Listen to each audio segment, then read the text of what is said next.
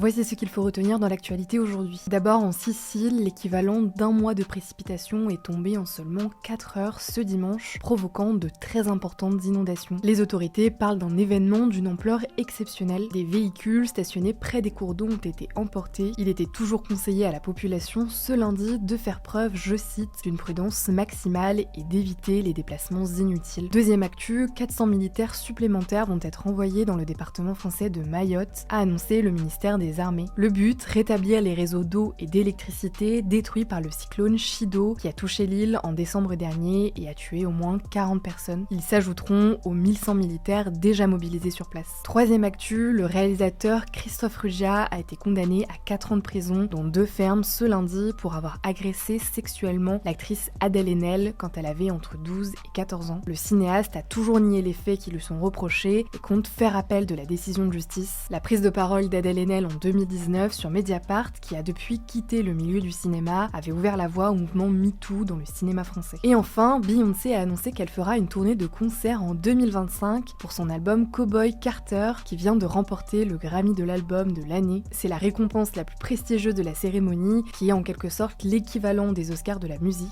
Cette tournée devrait passer par Paris, mais on ne connaît pas encore les dates du concert ou de la vente des billets.